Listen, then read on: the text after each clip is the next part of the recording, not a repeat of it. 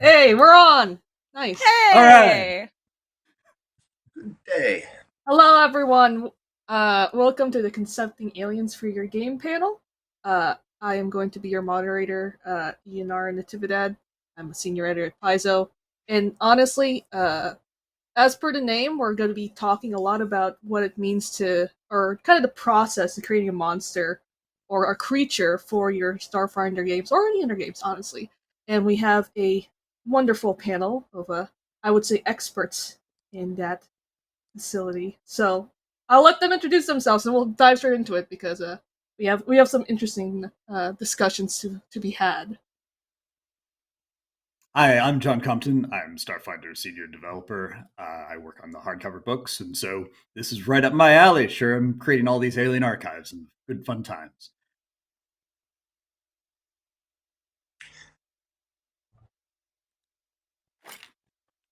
Sound, Jenny. Jenny is muted. Hi, I'm Jenny. I have a voice that can be perceived in the mortal realm at times. I am a creative developer working on Starfinder adventures, such as modules and adventure paths. I work with Keely, who's also an amazing developer, and I work with my amazing fellow devs and designers in the Starfinder creative team as well. And this is what we do all the time, is making up species and worlds and adventures. Hi, everybody. I'm Kyle Hunter. I'm the art director for Starfinder. And once the developers conceptualize aliens, it kind of comes into my world. And we do our best to bring them to life. Kyle's Excellent. a good sport who, when we start sending him art briefs, gets to respond with the messages of, what? Well, back in the old days, it was the purview of the art. The art team wrote the art orders, so now you guys make my life a lot easier. Alright, so today we're going to be looking at making our own alien creatures. So let's go ahead and just... I'll open it to the floor to everyone to just kind of put on their take on the process, what goes through their minds, how they kind of start it and go about it. How about we start with John? Yeah, sure. So there are a lot of things that come up for me. So, like, one of the things I'm always asking is, what's the use case for this creature?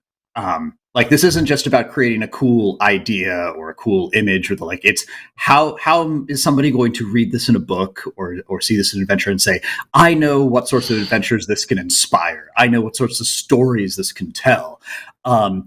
And I also know whether this is a thing that is serving one of two purposes. Either it's a really widespread and somewhat generic, or at least like not geo-locked creature, or it's a creature that is specifically found on a certain continent or planet or whatever, that's going to be less useful for the majority of GMs, but could be telling a much more intense and involved story or angle of the narrative of a world.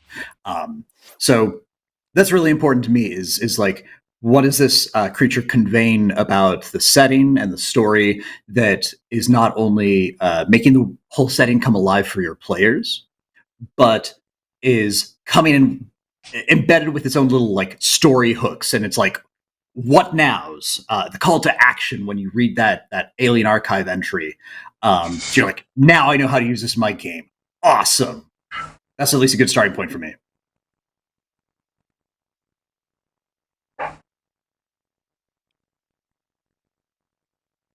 Does Jenny Jenny goes. or I don't know. I don't know. You go ahead.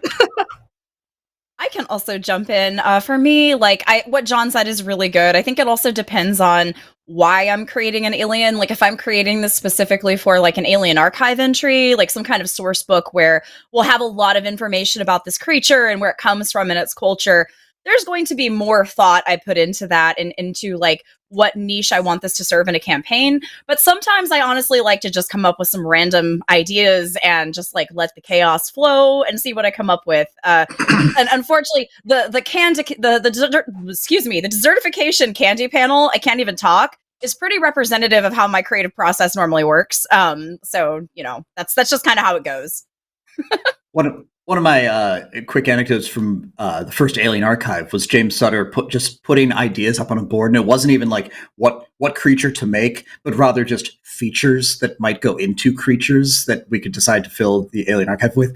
And by the end, I was just like, arm baleen. And he's like, I don't even know what that means, but I'm putting it up here, and I'm probably going to make you write it. But like that sort of thing can be just the starting point. Like, you can start creating creatures on a dare, and you're like, this is a terrible idea, until it's a good idea.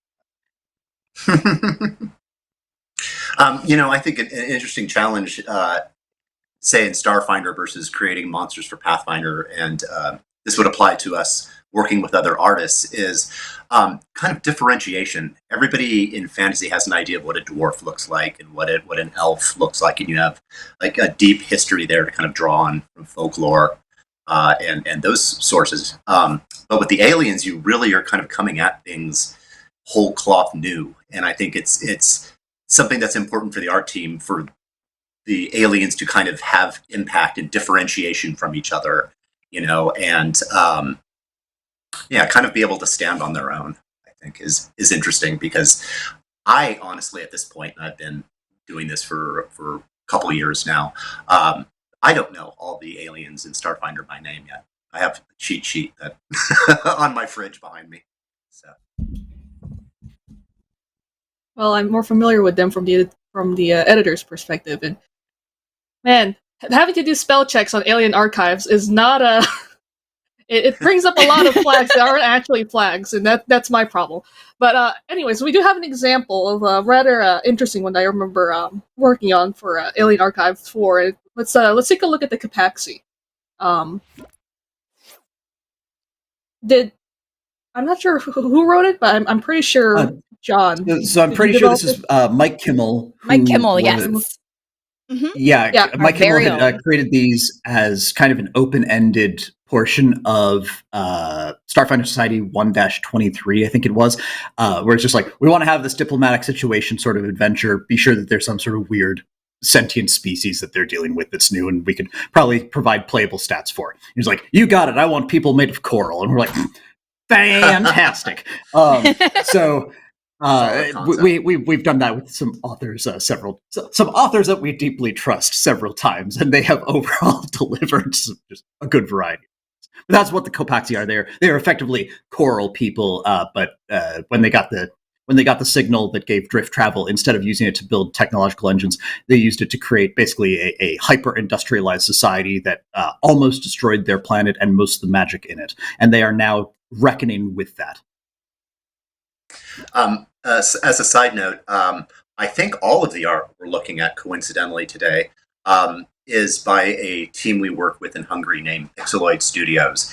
And it's interesting because they're also a group that hands off art projects between themselves. So everyone kind of works on the alien or art orders we send them collaboratively. So it's kind of collaboration both on the conceptual side and on the visual execution side. That's very interesting, yeah. I just remember I brought this up in like previous discussions when we were talking about the panel, is that I remembered the art because it was distinct. However, what stuck with me was that aspect of their kind of the history of this species, is that technically it's sort of a conspiracy that they had this ancient past and the government's trying to cover it up. And in that regard, like, although there was just a lot of aliens I looked at in AA4, this was honestly, I think, the first one that just came to mind. It's like, yeah, the coral that had pseudo-gravitational powers, but there's this massive government conspiracy against them knowing who they actually were in their history, in fear of, I don't know, what's possible issues with, like, destabilizing their society if the truth got out. And it's like that marriage of interesting visual design, but also the actual kind of the context behind these species that I think work very well, at least in my experience for this one.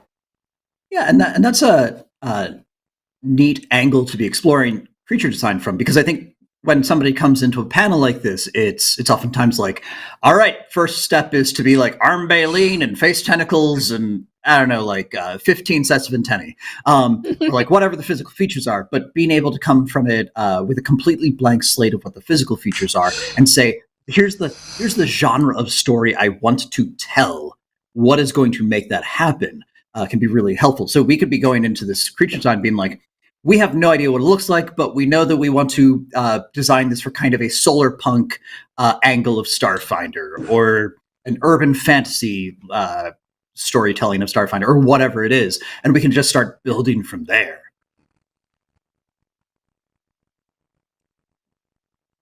Does Jenny or Kyle wanna make a comment on Capaxi?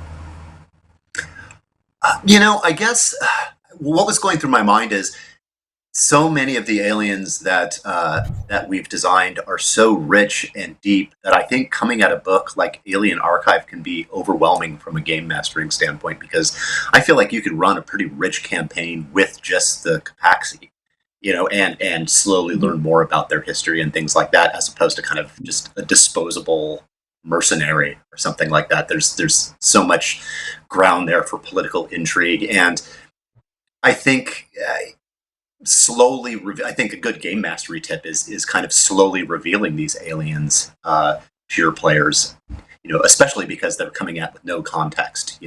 All they hear is coral scraping against ceramite corridors or something like that. I think they're cool. So, well, speaking. Oh, go ahead, Jaden. Oh. Sorry.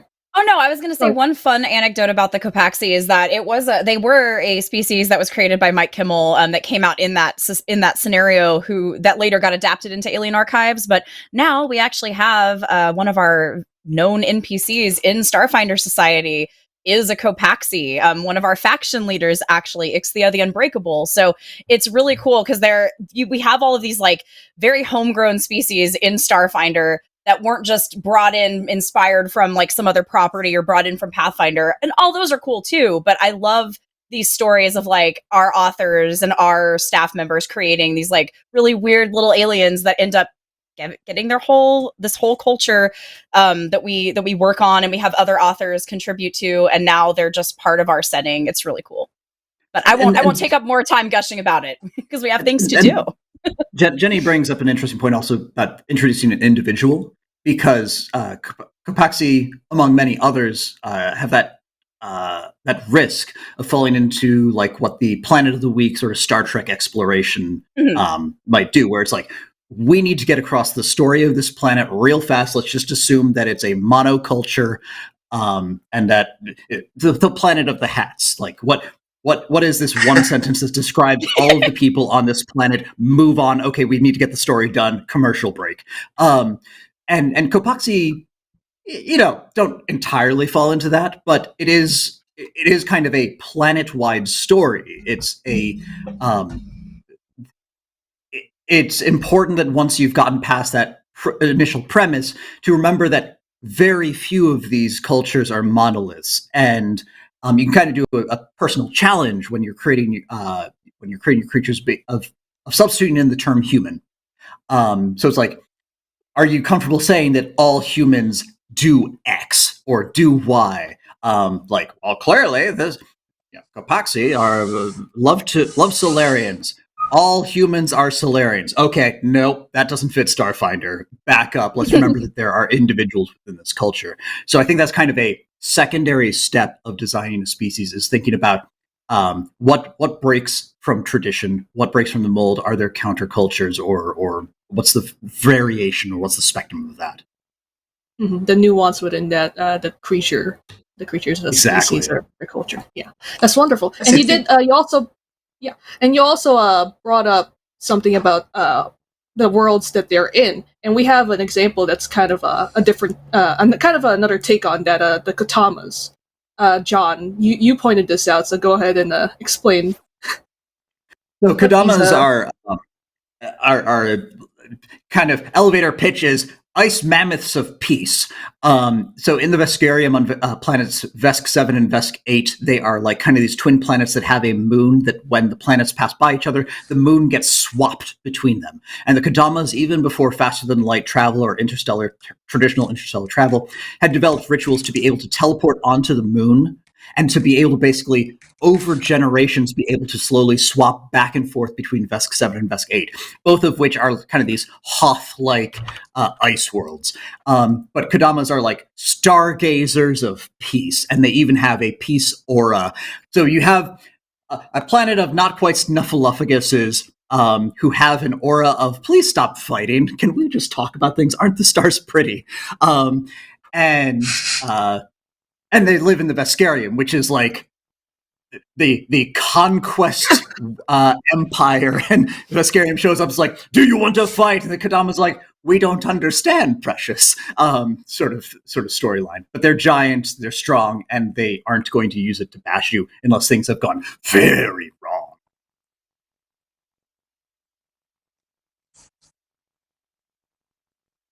Sorry, I'm looking at something.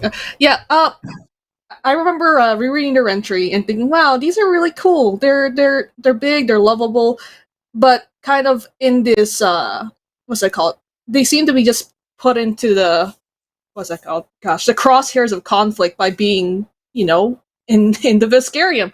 And I read that the Veskarium wanted to make use of them, of Katamas. However, their very nature is kind of an antithesis to what it means to kind of serve in the military. And in many ways, it can't be used as one would expect from like normal soldiers or casters or anyone that would actually go in the front line. They have to provide more support capacity until they can no longer do that because they waste away, is, I believe, quoting it. So as far as like kind of utilizing this and designing it, what was the thinking? Because it does seem like this makes Katamas, as far as their usage, a very kind of specific case. You either have to be with this situation with the Veskarium, or you have to just be set in this in their homeworlds. Like, you can't really take them away for too long because they don't survive that long away from the homeworlds. Yeah, and that kind of goes back to that dichotomy I brought up at the very beginning of, like, are you making a really general purpose creature? Like, are you basically creating space bug that bites people's heads off? Great, I can put that anywhere. Or are you creating this really specific to this place creature? And Kodamas are very much that. And so, yeah, they are kind of hard to use, but at the same time, they're creating some kind of positive rails that you need to respect. And when a reader's looking at these creatures, hopefully they're seeing, oh wow, they really don't do X that I'm used to running games about, but they really do Y well. And so they can create this, like, are we going to shoot this woolly mammoth creature? Oh, I can't even convince myself to pull the trigger. I guess we're having a social encounter instead. Or we have to use other skills to solve these problems, can create an interesting break in the rhythm of play. And so as you're looking at these creatures and that use case for them, you can be asking, like, what sort of experience does this create? What sorts of stories does this create? And Katamas are doing something very different.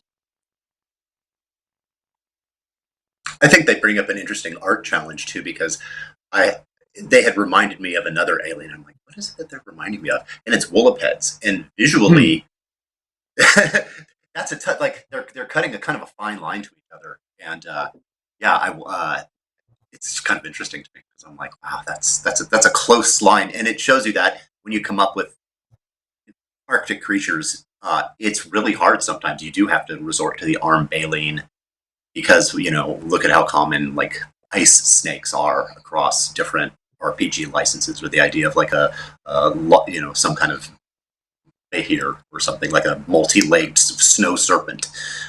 So yeah, I think it's kind of it's their use, or that kind of gives them more novelty than kind of being an Arctic herd animal.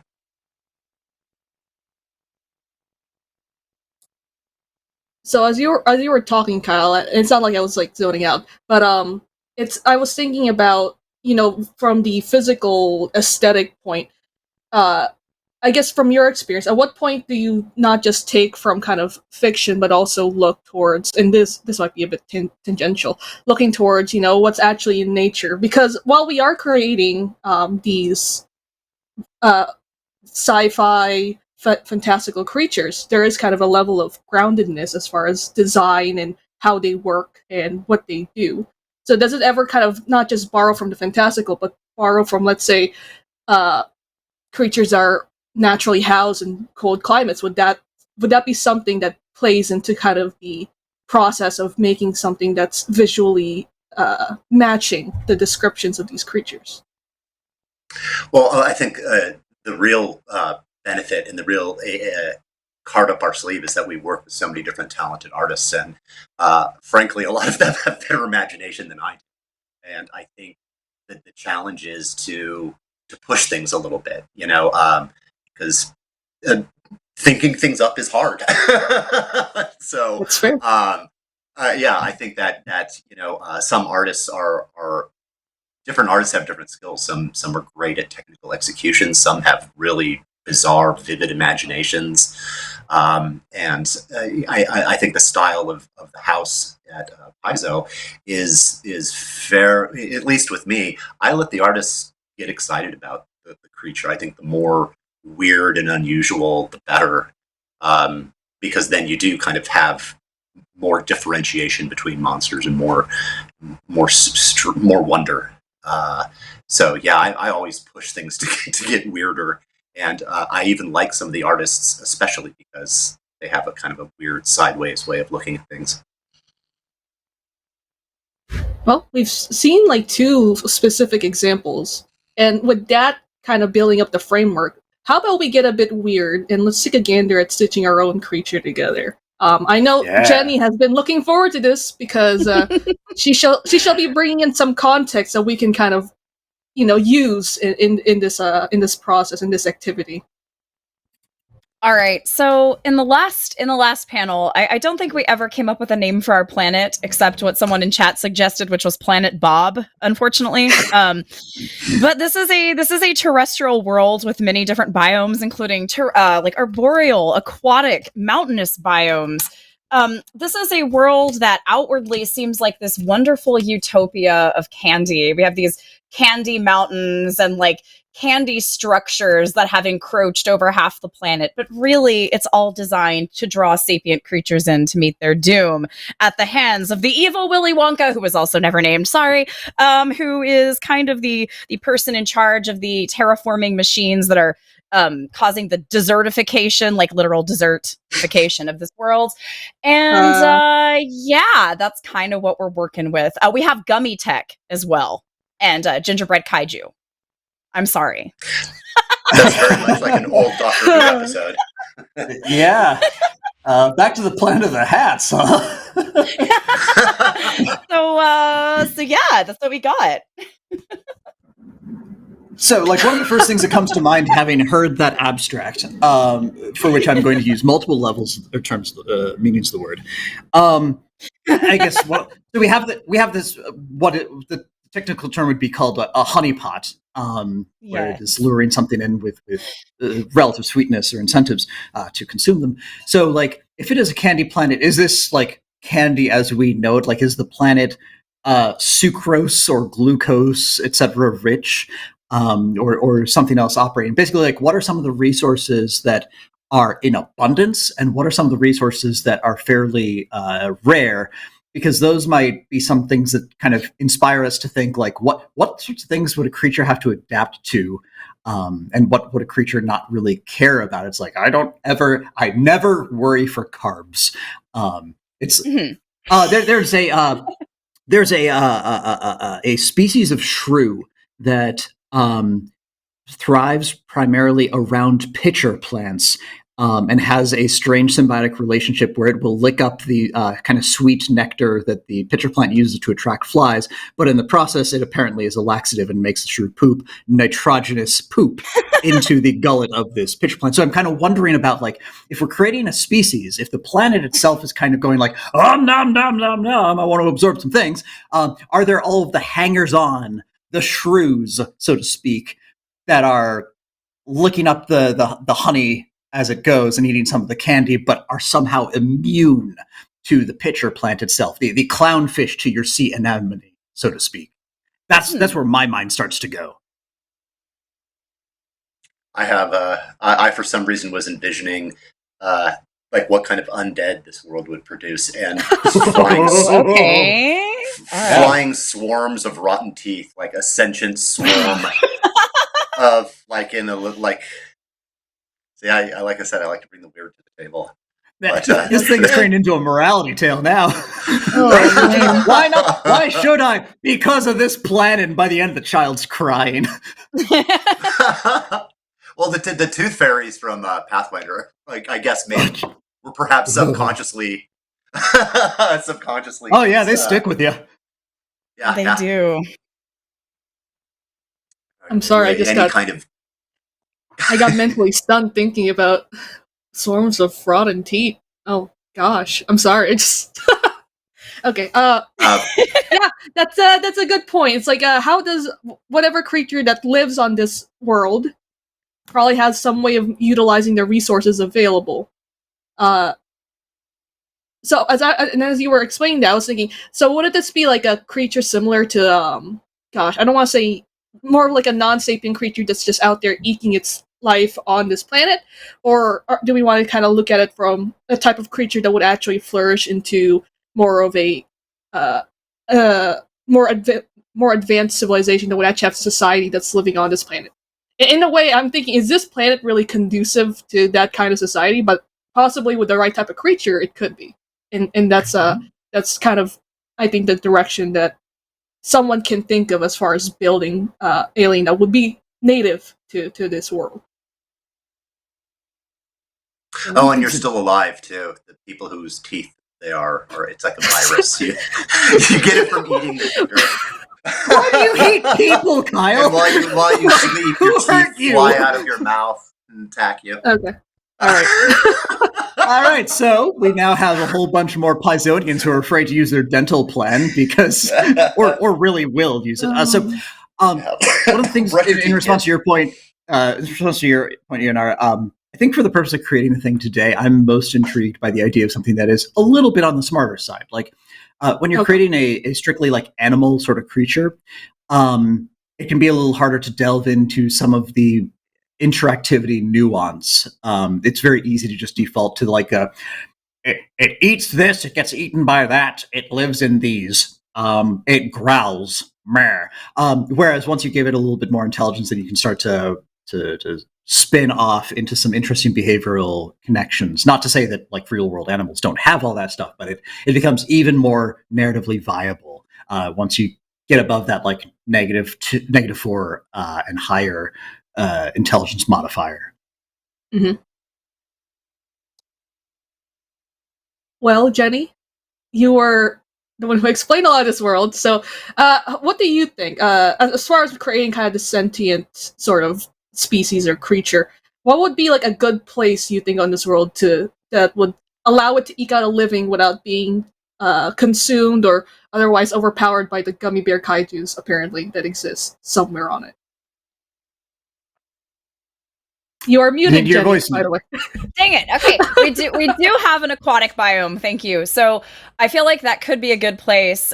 We talked about how there might be some amphibious gummy tech, like maybe using jelly, but for the most part, the desertification isn't touching the sea. So maybe one of those aquatic biomes would be a good place for a sentient, like sapient species to take up shop, I guess. We can start with that.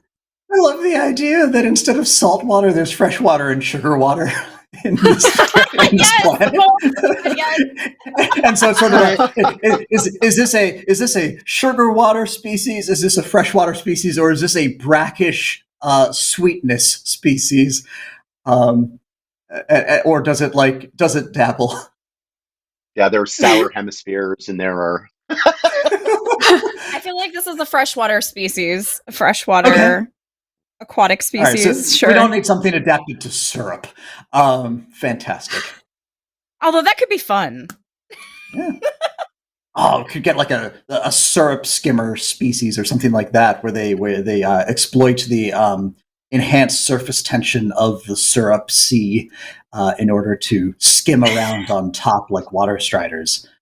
Amazing. Syrup Just water throwing ideas striders. around here.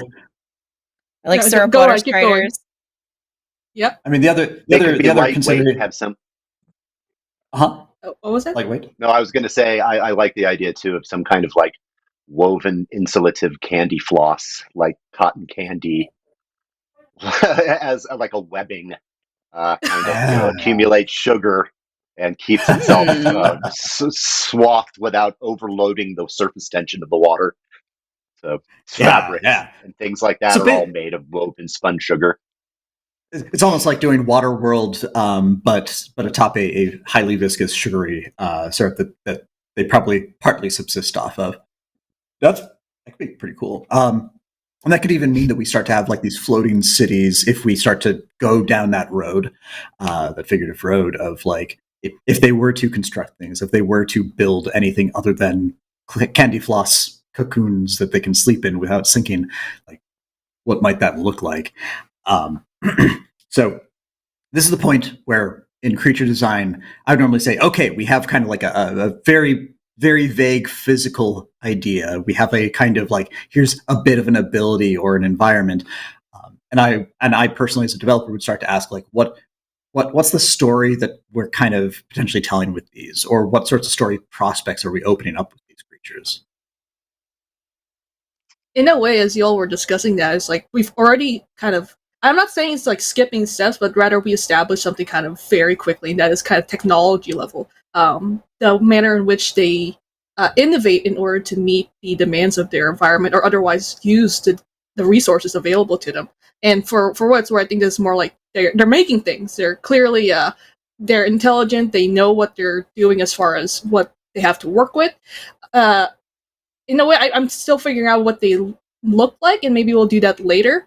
But Oh, I'm it sketching also now. make nice. Nice. Um, but it did make me think of with this, is it possible that they are on this planet more as not exactly because sometimes you don't choose where you get placed, but is it more like they're still on this planet because they don't really have possibly the resources to leave it in a way? Because I'm thinking of what we've talked about, and it's like there's a bunch of sugar, there's materials that can be refabricated to make these tools, but if they were to do something like try to explore space with what they currently have, it doesn't seem like they're, at least right now, at that point yet. So maybe they're more of an insulated culture that's native to this planet and hasn't been exposed to things like the drift or to other people that have, or maybe this planet hasn't been necessarily discovered yet by anyone who wants to open up this species to that ideology or those ideas. That's really fun also because it creates that question of what would happen if they were provided with that technology or with that those resources. Because once the player characters arrive to do whatever it is that they're doing, they're probably coming in a starship. Are these creatures that are going to wait until the PCs wander off into the candy dungeon over there and then steal the keys and fly off? Are these creatures that are basically going to create their own micro honeypot equivalent, and basically like the PCs arrive and all these syrup striders are like, "Oh, great gods, who are the player characters? Please sit upon the candy throne. What can we give you?" And as you get hyped up on sugar and sugar hide, and we get you telling stories, maybe you'll tell the story about how you develop spaceflight in high details, and you can please write out the blueprints right here, please. It's like, that's a very specific question. Oh, we only ask the most humble prayers of our gods. Oh, yes, we are gods, of course, because we are player characters and we are full of ourselves. So those sorts of questions come up,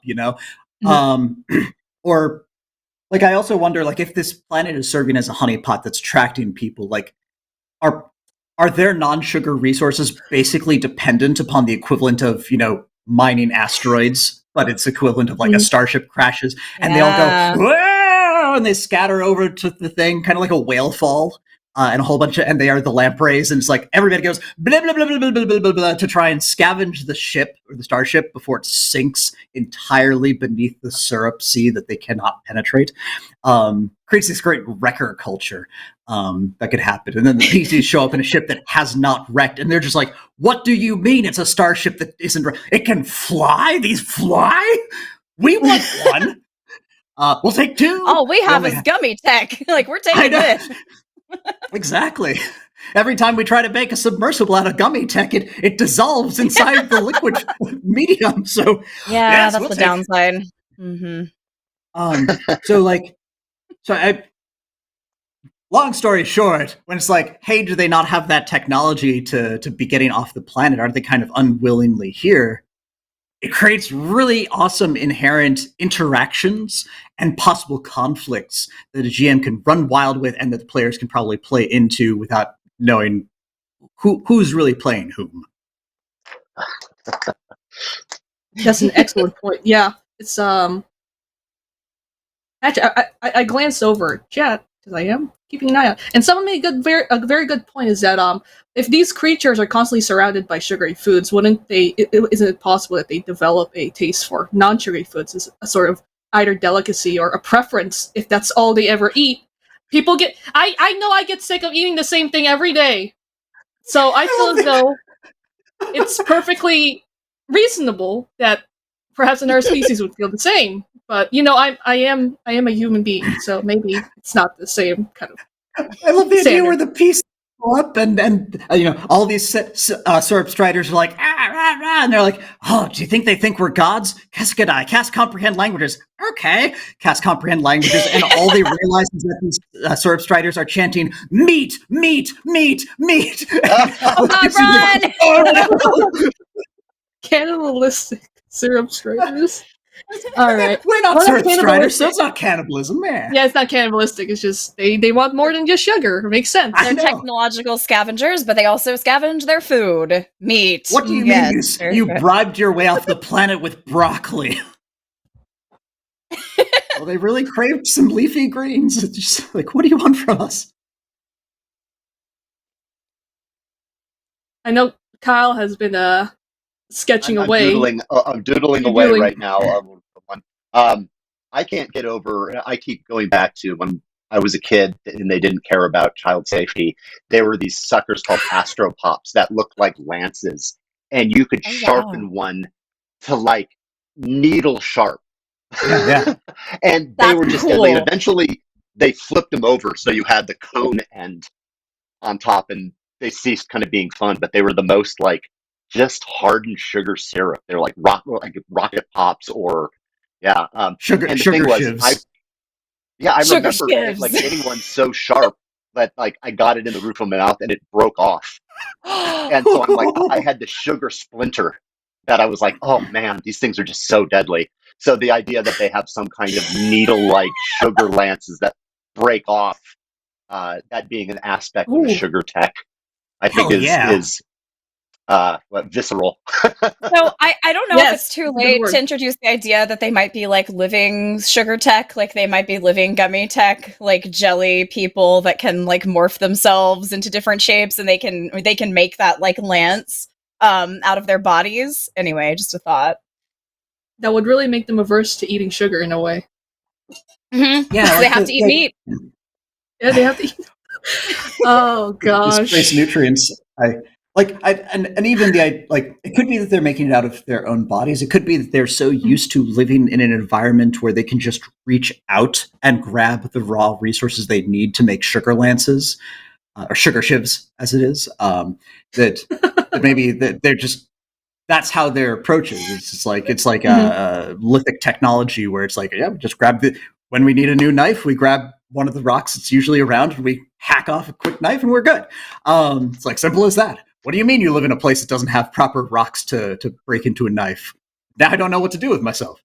So it could be that as well. Alrighty. Yeah, here we go. Uh-oh. Oh, did we get art? A little bit to the Heck side, yeah. a little bit to your right, You're right. a little You're bit right. to your right. There you go. Oh my gosh, Oh my it's all God. fluffy. That's cool. There you go. I like the I design also of have the to feet. think- I do love that. I like that. Well, and For usually I starting was thinking over of like legs. hummingbird like beaks too, because they have to absorb the Yeah. sugar, so they really need to liquefy the meat. So there's Oh my God. Oh no. that's what the sugar does. It gets in your system, liquefies it, so then they can. I like this. Okay, so you go there and you think you're gonna eat all this like delicious candy, and you just Hansel and Gretel like out, and you're just running around like eating it, and then you just feel your insides like liquefying. Okay, this is horrible, but I love it. Yeah. Thank you. Dude, basically, they are relying upon the secondary honeypot features of the planet in order to send their prey into a sugar coma. Mm. That could be fun. Yeah. This So one of the took a turn one of the one. as much as from expected from a candy planet. Just saying.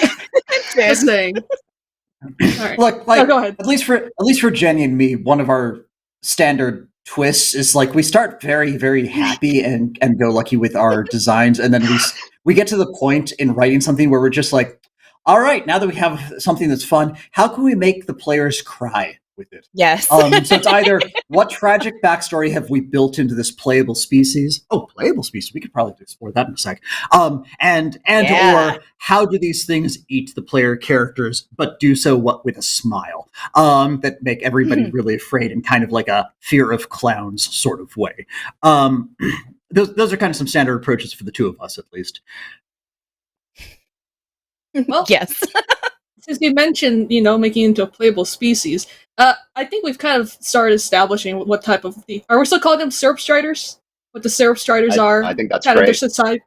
their society, what they vaguely look like, how they survive, and how they kind of make use of their environment, their resources, in kind of an intuitive way. I would think they just do it in a way, and they know how to, reform into the tools they need because that's either something with their physiology or everyone's just taught that way. We can kind of probably get into that a bit more as we're talking about them as a playable species so that people can use them in their games if you really wanted to. I guess. Want to. I mean, I want to. I can't wait to liquefy my meat. Anyways. You're the one who said it. All right, let's go ahead, John, and bring out this. How can we turn these Serp Striders into something that anyone out there might want to play or put into their game? Yeah, Starfinder makes it really easy to take many sorts of creatures and turn them into something that is playable in a way that even kind of challenges some of our previous games, like the stuff that Pathfinder never would have allowed you to play. It's just like, yeah, you want to have no backbone? That's fine. Here, have this. So you can kind of look at the 100 or more playable species that Starfinder already has. You can kind of do a little bit of reverse engineering to get close enough to some playable stats of your own. But we realized it might be helpful to start having some guidance. So we've already announced the upcoming book, Interstellar Species, which is going to explore a deeper dive into a whole bunch of our existing species and their cultures and anatomy and the like. But what we also include in it is a custom species builder. And I have a copy of that with me today, which I think can help to guide us through creating the playable statistics for this thing. A lot of the way it's structured is like, hey, you go in any order. You can start with a concept or a name or I know that I want to have something with a +2 to strength or something like that. And it kind of just runs you through choosing some abilities, which can be either you pick what you want or it can be entirely randomized. And I know what some votes are going to be. So we can start to apply a little bit of that here. Like it involves choosing like what creature type are we using for this Serp Striders? Like are these magical beasts? Are these aberrations? Are we going to cull these humanoids and make everybody doubt our creative process from here on out? Are these dragons? Like what fits here? Are they fae? What fits their identity? Well, we do have this planet is high magic. We didn't go through all the details. I took down quite a lot of details, and we can change some as we need. But I personally think a magical beast would make a lot of sense, or maybe an aberration. I could definitely see the case for like, the ooze and that sort of thing. These are a crime against Horus. Yes. I immediately thought aberrations. These are not. They are not usual, I would say. And with the image that we got from Kyle, it's very aberrant of them. Yes. So we can kind of go ahead and call these aberrations. We can then choose like how our ability scores work, and that's just like +2 to 2 different abilities, -2 to another one is kind of the standard process. So like what ability score wise, what are these things really good at, and where are they not quite as great? I mean, they're made of candy, so charisma. Sorry. Yeah, Kyle? Oh, I was going to say I would think dexterity because they would be kind of they're lightweight, amped up. They stride, so that Mhm. they seem to be a high dexterity to me. Low con, maybe, because they're so lightweight and brittle, They're, with their candy they're bones. cotton candy like physiology. Yeah, Yeah. that's fair. Okay, yeah. So Alright. we have a +2 Dex, a +2 Charisma, and a -2 Constitution species.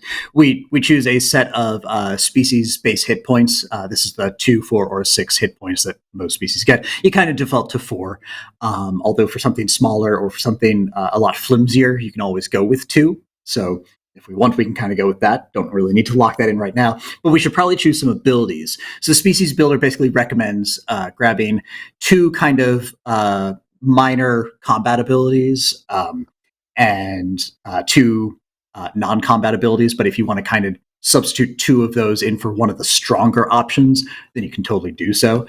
Are there any abilities based on what we've already described that we say we should make sure that we have something like this?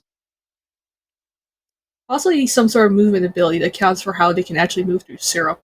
But I'm not sure what that exactly translates to. Mhm. Yeah, we have some non-combat abilities that are a little bit tied into that.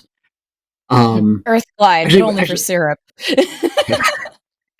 yeah, I mean, we can basically give it like Certified? a specialized swim speed, or we can give it that we can just give it syrup stride and say like for more viscous fluids, it sure can do the equivalent of water walk. GM's discretion, and that's one of those situational enough abilities that you can kind of just tack that on for free and not worry too much because it's going to be so selective. It's like walking on webs. Okay, how often does that really happen? But how cool is it when it does? I'm going to recommend that we kind of throw a wrench in the gears, and I'm going to roll at least 1 random combat ability and 1 random non-combat ability, and we can really quickly, in these last couple of minutes, try to weave that into our evolving creature concept. So I have a 75 on the table, which gross. Which is Mighty Grip. The species gains a +2 species bonus to grapple, combat maneuvers, and athletics checks to climb. I guess they're It's sticky, sticky. maybe? Yeah, and a non-combat option, I have a 53, which is Eclectic Knowledge. The species chooses 2 skills at character creation and adds those to their list of class skills. So it's like the Lashunta ability where you kind of just choose some extra class skills to know. So how do we quickly weave these into the Syrup Strider's story? They possibly gain some of the intelligence or skills of a creature they've consumed. Oh, Kyle, why aren't we better friends? Yes! An unholy alliance forms. Oh no. Exactly. It's going to be good working more closely with you for Starfinder stuff. Yeah, I'm on board. Oh, this is a grim, delicious planet. What have we done? Instead of grim Oh, dark, it's God. grim delicious. It's a new thing. I love it. Grim delicious future. Sparkle dark. Sparkle dark. I like, I like that. I think that's my personal brand, actually. Mhm. All right. Well, yeah, we have the sticky hands or sticky appendages that allow them to get that grip, and apparently, something in the mush gives them more knowledge of those skills. Anything else that we need to add to shore up this new playable species, John? I mean, a lot of the things that are in this article we've touched on in many ways. It's like, hey, here's how to go about considering physiology and the questions you can ask to inspire really fun, and as much as we can really ask, realistic design. It's like, is there an internal logic to what's going on? And for our candy planet, there is a logic of sorts, and it's enough where the players can sit down and they can be like, as long as I accept this planet's premise, your absolutely disgusting syrup striders make sense, and I would no longer like to interact with them because they're terrifying. But that it has some culture notes about questions you should ask about culture and attributes and their values and their home world. So we've really covered a lot of these things. We've gotten a name. We haven't really determined a language for them, whether we're going to invent a new one or we're going to decide that they speak an existing language, at which point the question is, how do they know it? Like if we choose Infernal for them, it's like, why do they know Infernal? Or or how do they know Why? Infernal, or Why? and even just the like, what are their relations, or what other interconnections do they have? So, are there other beings that are on this planet that Syrup Striders sometimes interact with, and what is it a clash? Is it some sort of trade network or support or the like? Those are the sorts of questions you can be asking yourself, so that you can make sure that your creature doesn't just exist in a tiny little syrupy bubble, but is in fact part of a greater candy floss food web that makes the entire world seem a lot more cohesive and thought through. Right Indeed. on time. Right on time, yeah. Well, let's wrap up our syrup strider. We have perhaps one of you might be inspired to put that all together and release the syrup strider for use for anyone who wants to use it in their Sparkle Dark games. Who knows? Could be fun. But yes, we're about running out of time. So, does anyone have any kind of closing statements that they'd want about as far as like the process, or one last thing to give people nightmares about regarding the syrup strider? John, go ahead. Let's start with you, and then you can also tell what kind of close off with your social media name, etc. Yeah.